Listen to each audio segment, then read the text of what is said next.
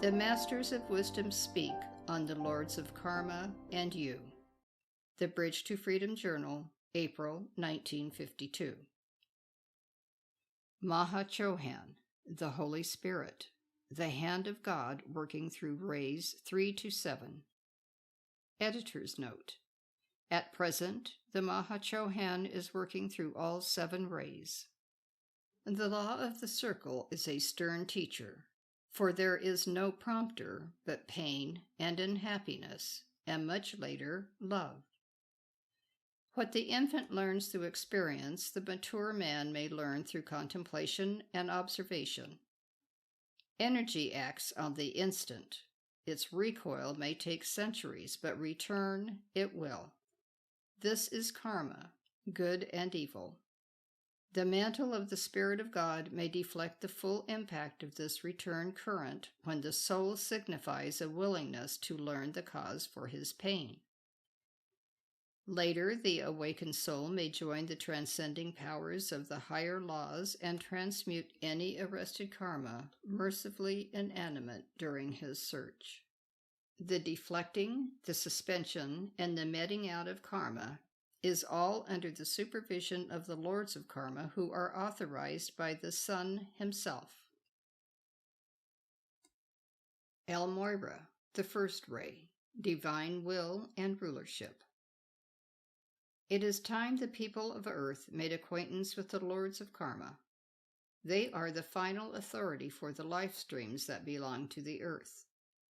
They not only supervise and direct the incarnation of the soul, but form the judgment council at the time of dissolution of the physical garment.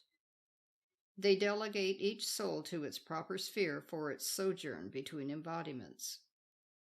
Through them must pass all petitions for dispensations to wipe out the karma of the race and transcend the natural law of cause and effect. They are lords of mercy and love, and are approachable for a petition of worthy merit. Kuthumi Lal Singh, the second ray, wisdom, guardian of youth. A wise and loving parent administers corrective measures only to educate the child in the principles of right and wrong.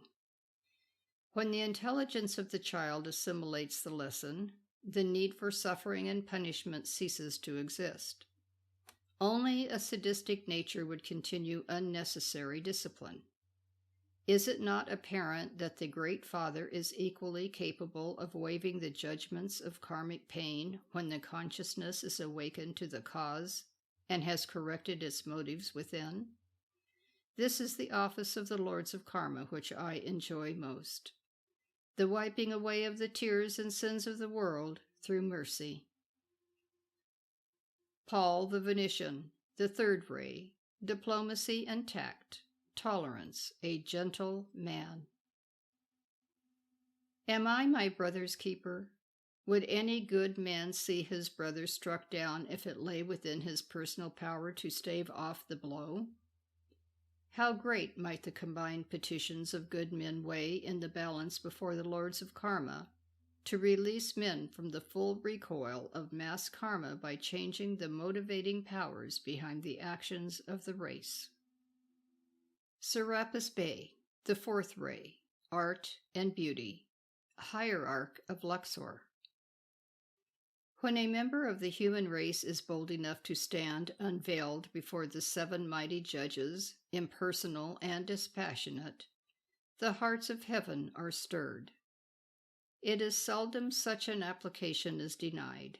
It is one thing for a liberated master to request a dispensation for the people of earth, but quite another for a man to recognize a need and further the possibility of moving a natural law by self-conscious initiative and endeavor. I am all for that man. Hilarion, the fifth ray, science and God. Scientifically speaking, the Father himself grants dispensations of grace, surcease from wars, pestilence, famine, and all the individual and universal ills that man has fallen heir to.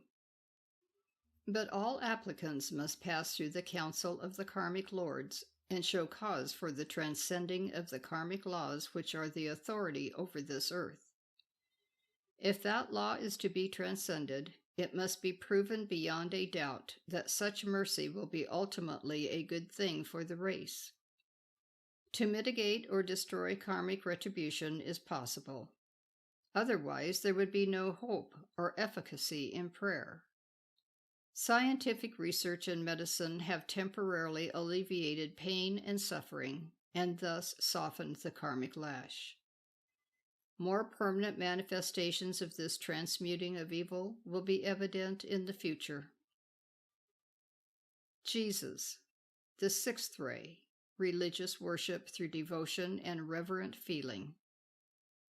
A dispensation is a grant of mercy given upon a worthy request. The law of Moses can be transcended through grace. Seemingly miraculous answers to prayer are positive proof of this fact. Herein lies the hope of man. If he were required by the God of love to pay every jot, every tittle, the chain of evolution would be endless. It is within the right and compass of every man to petition the Father for dispensations of mercy for his fellow man. Man must show just cause for such a grant, offering himself as a sponsor for the people. The upreaching of the hearts of men for peace could be gathered together by any man and offered as such a just cause. Saint Germain, the seventh ray, ceremonial worship, cultivating the training and direction of spiritual energies of both angels and men. Karma is merely energy qualified to act by individual or natural will, moving in an outgoing and incoming circuit.